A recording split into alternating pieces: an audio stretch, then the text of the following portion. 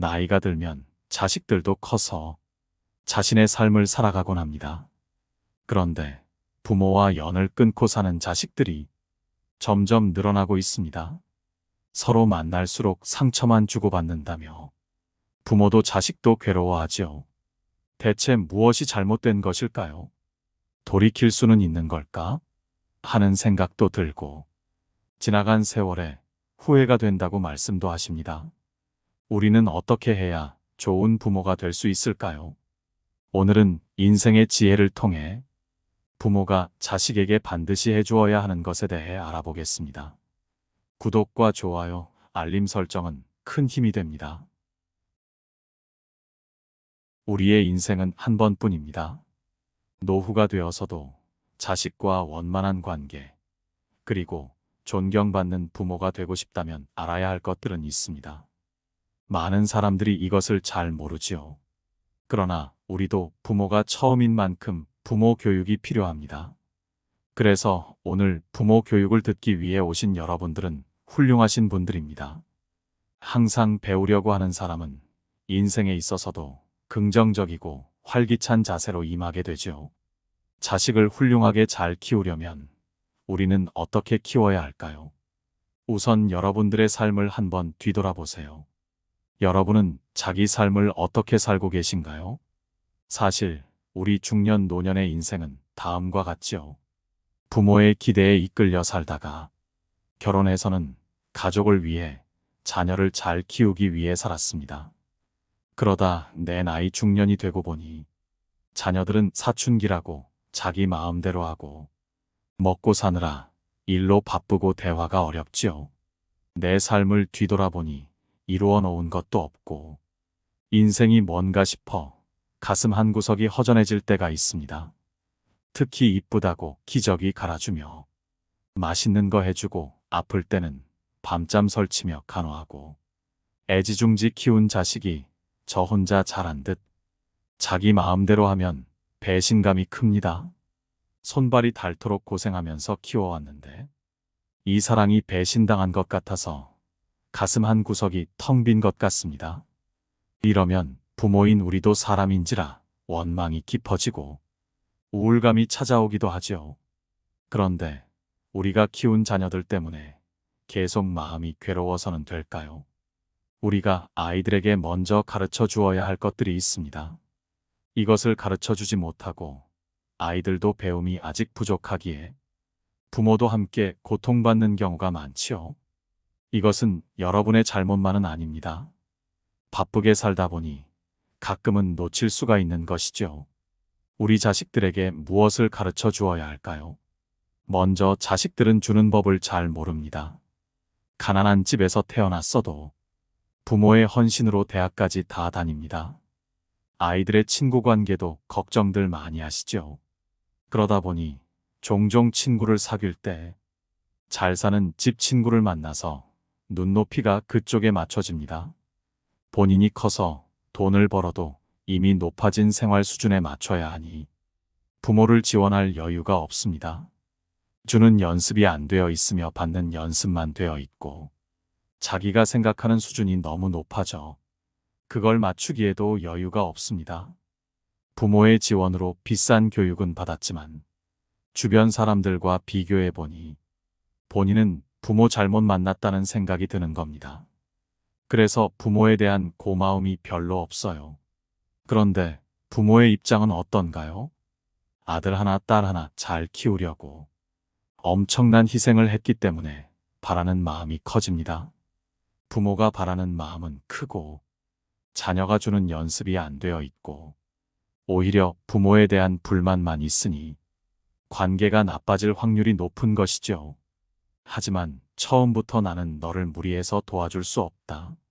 내가 알아서 살아라 하는 집의 자녀는 빨리 커서 자립하게 됩니다. 아이에게 독립심을 키워주는 것이죠. 부모는 자식한테 별로 해준 게 없으니까 별 기대를 하지 않기 때문에 자식이 효자처럼 느껴집니다. 예전 시골의 딸들은 초등학교만 나와서 공장에서 일하고 어렵게 번 돈으로 부모 용돈도 주고 같이 노후도 책임지고 병원에도 갔습니다. 땅과 논을 전부 팔아서 대학 보내놓은 아들은 결혼할 때 집 산다고, 아니면 새로 사업하고 싶다며 부모의 노후 자금이 될 수 있는 소를 팔아달라고 요구하지요. 왜냐하면 받는 것에만 익숙하고 눈은 높아졌기 때문입니다. 이래서 옛날에 아들 때문에 집안 망한다는 뉴스가 종종 들리고 많은 부모들이 땅을 치고 후회하기도 했죠. 효자가 되느니 안 되느니 하는 것은 옛날 사람의 이야기이고, 우리 자녀를 효자 효녀로 만드는 방법은 아주 간단합니다. 기대를 안 하면 모두가 효자 효녀입니다. 자녀가 부모에게 잘하는 것이 효도가 아닙니다. 더 이상 나에게 손 안 벌리는 것만으로도 고맙다고 생각해야 합니다. 너무 효도를 따질 필요가 없습니다. 행복한 부모-자식 관계를 위해서 부모가 자식에게 반드시 해주어야 하는 것을 지켜준다면 자식 걱정 없이 행복한 삶을 사실 수 있습니다. 그런데 독립심을 키워주기 전에 아이가 어리다면, 아니 조금 컸더라도 이것을 주지 않으셨다면 이 마음을 꼭 전달하여 키워야 합니다. 어릴 때 아이에게 심리적 안정을 주세요. 이것이 가장 중요합니다. 아이의 평생 행복의 바탕이 됩니다. 아이는 한 인격체, 사회에서의 인간으로서 성장하여 부모에게 참으로 감사하게 될 것입니다. 최소한 아이들이 초등학교 들어갈 때까지는 부부가 큰 소리로 싸우거나 아이를 야단쳐서 집안 분위기를 어색하게 만들지 마세요. 먹는 음식은 부족해도 괜찮고, 입는 옷도 부족해도 괜찮고, 자는 집은 조금 허술해도 괜찮습니다. 장난감도 없어도 괜찮아요. 물질적인 것은 부족해도 정신적으로 풍요로운 가정이 참으로 자식 복이 많은 노후를 보내곤 하지요. 그래서 아이가 성장할 때 불안한 마음을 가지지 않도록 도와줘야 합니다. 심성이 불안하고 약하면 평생 무엇을 잘했더라도 불행 속에서 살 수가 있습니다. 마음의 안정을 만드는 시기가 굉장히 중요합니다. 아이에게 함부로 화내고 짜증을 내면 안 됩니다. 물론 혼낼 때는 단호하게 혼내야 하지만 아이가 화풀이 대상이 되거나 일관성 없이 혼내서는 안 됩니다. 특히 아이가 어릴수록 피해가 큽니다. 나무도 어리고 작을수록 조금만 힘을 가하면 영향이 큽니다. 그런데 큰 나무는 상처를 좀 내도 크게 피해가 없습니다. 양육자의 정신 상태가 어떤가에 달린 것입니다. 하얀 종이가 물감에 따라서 물드는 것과 같습니다. 그래서 양육하는 부모의 심리가 불안하면 아이도 불안하고, 부모가 큰 소리치면 아이도 불안해하며 위축됩니다. 이런 아이는 어떻게 자랄까요? 어릴 때 부모가 자꾸 야단치는데 부당해도 힘이 부족하니까 저항을 못합니다. 그러면 매사에 불만이 쌓이고 어떠한 사안을 계속해서 부정적으로 보게 됩니다. 아이가 자라서 힘이 생기면 누군가 조금만 싫은 소리를 해도 과거에 쌓인 불만이 폭발해 우울증에 걸리기도 하고 부모를 때리는 일도 생깁니다. 그러니까 이 행복은 양육자의 마음 상태를 그대로 인식하는 것과 같습니다. 3살까지 학대받은 아이와 사랑받은 아이의 대뇌 크기에 차이가 난다는 의학 전문가의 발표도 있죠. 3살까지 자아가 형성되고 이때의 성질은 변하기 매우 어렵습니다. 그래서 옛날 사람들이 3살 버릇이 80까지 간다라고 말한 겁니다. 아이는 100% 양육자를 닮습니다. 엄마가 키우면 엄마를 닮고 할머니가 키우면 할머니를 닮습니다.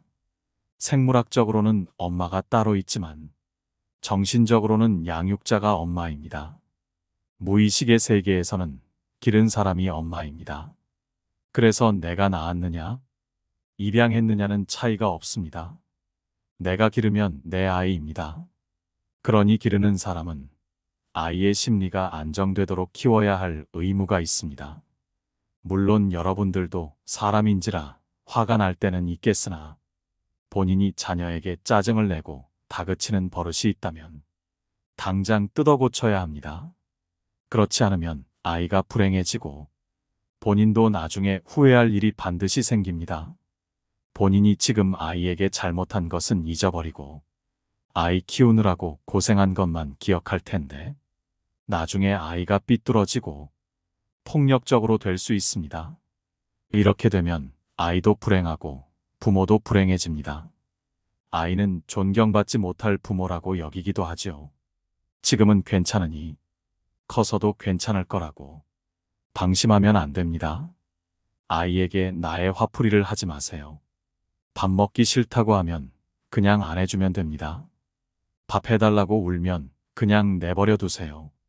엄마 아빠도 내 시간이 있어야 하기 때문에 제 시간에 안 먹으면 자기가 차려 먹어야 하는 거라고 말해주고 가만 놔두면 됩니다. 버릇을 고치려면 냉정해야 합니다. 그러나 미워하면 안 됩니다. 어리석고 모르기 때문에 어린아이라고 하는 것입니다. 그런데 그것을 어른이라고 생각하고 대응하면 부모가 어리석은 것입니다. 옛날에는 과도한 효도를 세뇌시켜서 늙은 부모를 모시고 새끼는 내버려 두어라라는 왜곡된 논리를 배웠습니다. 이건 잘못된 것입니다. 하물며 내 아이를 학대한다는 것은 부모의 마음에 문제가 있다고 봐야 합니다. 차라리 사람한테 학대를 받으면 그 사람을 미워만 하면 되는데 부모에게 학대를 받으면 사랑과 증오가 이상하게 섞여서 정신이 온전치 못하게 됩니다. 부모의 학대로 고통받는 사람을 본 적 있으신가요? 생각보다 참으로 많습니다. 그런데 문제는 내가 그런 걸 당했으면 내 아이에게는 그렇게 하지 않아야 하는데 자기도 모르게 또 그렇게 답습합니다. 화내고 짜증내는 것은 내 성질머리지 아이에게 화풀이할 것이 아닙니다. 그리고 아이의 정서적 안정이 가능하도록 키웠다면 조금 컸을 때는 독립심을 키워주세요. 스스로 결정하는 연습을 시켜보는 것이 가장 좋습니다. 자립심을 키우는 훈련은 빠를수록 좋지요. 만약 아이가 20살 넘은 성인이 됐다면 어떠한 사안에 있어서는 무조건 스스로 결정하도록 하세요. 성인이라면 스스로 결정하고 스스로 책임을 질 줄 알아야 합니다. 그래야 사회의 온전한 구성원이 됩니다. 부모가 아이 대신 결정하지 말아야 합니다.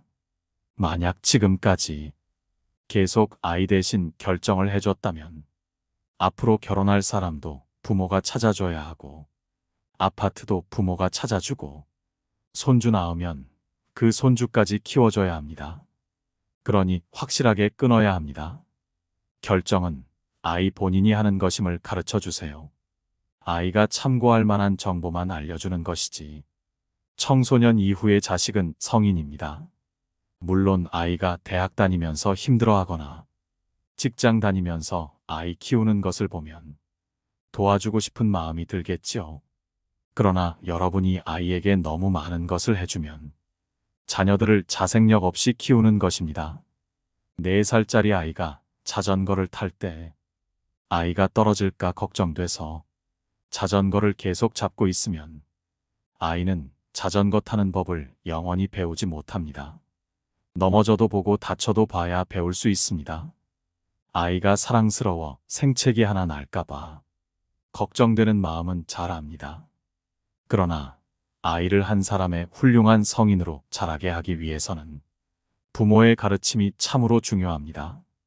자식에 대한 진정한 사랑의 표현은 자식이 자립할 수 있도록 도와주는 것입니다. 부모의 가르침이 변하면 자식도 분명히 변하기 시작합니다. 자식은 자기 나름대로 자기 인생을 살 뿐입니다. 어떤 자식도 부모를 괴롭히려고 태어난 존재는 없습니다. 그런데 부모는 자식의 인생을 마치 자신의 인생인 것처럼 애지중지합니다. 좋은 것만 다 해주고 싶은 마음으로 자식을 키우다 보니 자식이 내 마음처럼 안 되는 걸 보고는 괴롭고 힘든 마음도 들 것입니다. 그러나 자식이 성인이 되면 부모의 품을 떠나 독립하는 것이 당연한 순리입니다. 그런데 다 큰 자식을 여전히 품 안의 자식으로 생각하면 부모는 평생 괴로울 수밖에 없습니다. 그래서 여러분 본인도 자식이 다 커서 부모의 품을 떠났을 때 혼자서 잘 살 수 있는 연습을 하셔야 합니다. 몸만 독립하는 것이 아니라 마음으로도 완전히 독립을 해야 부모도 행복하고 자식도 행복할 수 있는 것입니다. 자식 때문에 걱정이 많고 힘들다는 부모들은 본인의 삶도 그렇지만 자녀들의 삶도 독립되어 있지 않다는 겁니다. 반드시 자녀의 정서적 안정감과 독립심을 키워주세요. 그러면 자식은 나중에 자라서 부모인 여러분들께 정말 감사의 마음과 존경의 마음을 함께 갖게 될 것입니다. 부디 영상에서 말씀드린 자녀 교육법을 반복하여 듣고 마음속에 새기셔서 여러분이 자식복이 넘치는 삶과 노후를 보내시길 진심으로 바라겠습니다. 이상으로 인생의 지혜였습니다. 들을수록 지혜가 깊어지는 여러분의 삶을 항상 응원합니다. 구독과 좋아요, 알림 설정은 영상 제작에 큰 힘이 됩니다.